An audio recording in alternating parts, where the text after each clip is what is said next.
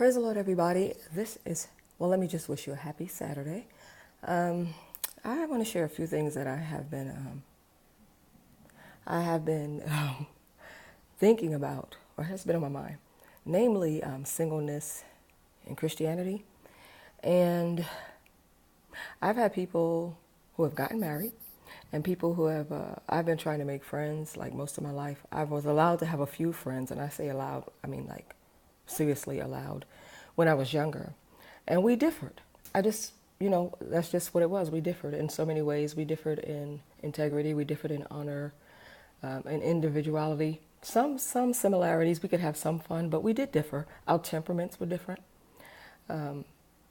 We just differed as a whole. And I happen to like ladylike, and I happen to like gentlemen. I don't particularly care to meet someone that's rude. It exists. I could have been outspoken at times as a child before maturation, because kids will be kids, but not to the point where we would be malicious, cruel, intentionally like something really wounding. No, that I'm grateful. I didn't even really like to fight physically. And if at all possible, not necessarily even in arguing. I just didn't think that it accomplished much, just like fighting. I mean, you still, after the fight is over, are still either angry and the situation is still there, if you haven't come to a place where you learned how to communicate. And so I am pretty no nonsense. That I will say. When I tell you there's no nonsense, I mean, that's what it is. It's like I haven't been in a relationship in a very long time. And it's not that I don't want one. It's just it hasn't happened because I'm so picky. I'm also, as I said, no nonsense. I've gotten to a place where I honor myself. In my praying, that was my question. Why am I still single? Why didn't I get a relationship that could grow? And all I could hear was there wasn't enough honor when there's more honor. And so with that being said, the presentation is why I'm talking about singleness. You have friends who try to fix you up with people, take your pictures, show it to different people.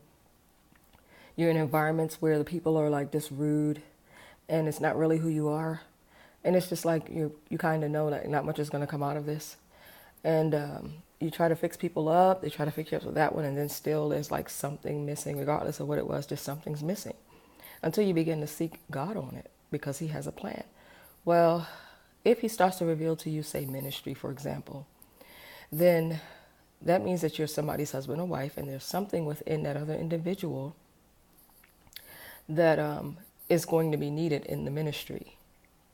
And God himself has to join the two people because the vision is for the people. Now, that, mind you, whatever he's placed on the inside is for, if it's for a huge flock of people, there are all kind of needs. There's a real ministry that's inside of you that has to come forth. And there's some beauty in it because it's God's doing himself. I know the plans I have for you, says God, plans to prosper you and not harm you. To bring you to an expected end is not for the two individuals only, obviously. It's for a great deal of people. It's a destined purpose. Now, it doesn't mean that while you're waiting and getting older, you don't get discouraged. Well, this one has somebody, that one has somebody. What about having children? My childbearing years, this, that, or the other with the wrong person, that didn't work. And I tried this, it still didn't work. Was it because, in my being naive, because I'm not God, I didn't know his will. I didn't know who I was yet. I can't believe that during my childbearing years, God would move my womb. A lot of things transpire because he wasn't the right one, this, that, and the other. I couldn't see that far yet. So you don't necessarily internalize it because even though you don't know where you are, God knows where you are. And so you're upset because we're not God. It's just like children. You ever reprimand a child and then realize they're two? Their understanding is that of a 2-year-old. What do you expect them to be? And so in us, we don't know how old we are in God. We're being who we are, where we are, until God grows us and matures us. And so ultimately, there are different levels of maturity. There are different levels of honor. I think he's immature. I don't like his ways. His mouth is wounding. Well, now he's going to have to be worked on because God doesn't want him to wound the whole flock.